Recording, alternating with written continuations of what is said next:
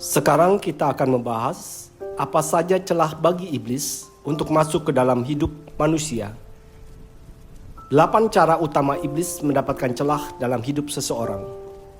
1. Keterikatan pada dunia okultisme meliputi praktik seperti perdukunan, paranormal, medium, papan ouija, kartu tarot, membaca horoskop, yoga dalam bentuk tertentu, reiki, penggunaan kristal, sihir, dan praktik penyembahan berhala lainnya.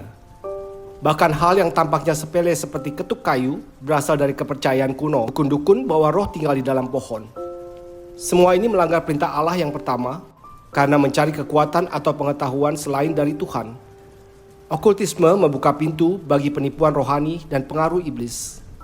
2. Industri hiburan, film, buku, game, dan media yang memuliakan sihir, ilmu hitam, atau kekuatan jahat secara halus mengajarkan nilai-nilai yang bertentangan dengan iman Kristen. Isolasi melalui teknologi, gadget, HP, melemahkan komunitas, padahal gereja itu adalah komunitas umat Allah. Anak-anak diajarkan bahwa sihir dan kekuatan gaib adalah hal baik, padahal itu menyesatkan. 3. Kutukan. Kutukan adalah kebalikan dari berkat, menyerahkan seseorang kepada kekuatan jahat. Kutukan hanya bisa berdampak jika seseorang lemah dalam iman. Solusinya adalah menguatkan relasi dengan Kristus dan hidup dalam kasih karunia Allah. 4. Dipersembahkan kepada iblis.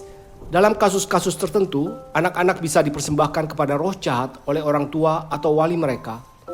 Walau anak tidak bersalah, pengaruh rohani bisa tetap ada, dan hanya kasih karunia Tuhan yang bisa membebaskannya. Contohnya, ada seorang gadis yang dipersembahkan kepada setan oleh ibunya, tetapi kemudian diselamatkan oleh Tuhan dan menjadi biarawati. 5. Pelecehan dan luka batin. Luka yang disebabkan oleh pelecehan fisik, seksual, atau emosional dapat membuka celah bagi iblis jika tidak disembuhkan secara benar. Seringkali orang yang terluka mencari bantuan dari sumber yang salah, termasuk praktik okultisme. Di sini diperlukan pemulihan rohani dan emosional. 6. Hidup dalam dosa berat yang berulang. Dosa yang dilakukan terus-menerus tanpa pertobatan membuat seseorang semakin rentan terhadap godaan dan pengaruh jahat. Dunia saat ini cenderung mengabaikan atau membenarkan dosa yang membuat celah semakin besar. Pengakuan dosa yang baik lebih kuat daripada eksorsisme karena menyerahkan kelemahan kita kepada Tuhan. 7. Mengundang iblis secara langsung. Beberapa orang secara sadar atau tidak sadar mengundang roh jahat masuk ke dalam diri mereka, misalnya karena keputusasaan atau ingin membantu orang lain. Hal ini adalah tindakan serius yang bisa menyebabkan kerasukan jangka panjang. Biasanya ada beberapa roh jahat, bukan hanya satu, dengan satu roh yang paling kuat.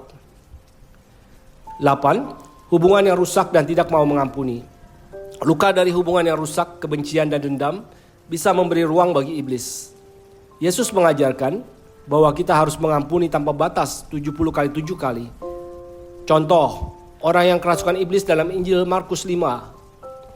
Dan setelah dibebaskan oleh Yesus diminta untuk kembali ke keluarganya, bukan mengikuti Yesus secara langsung.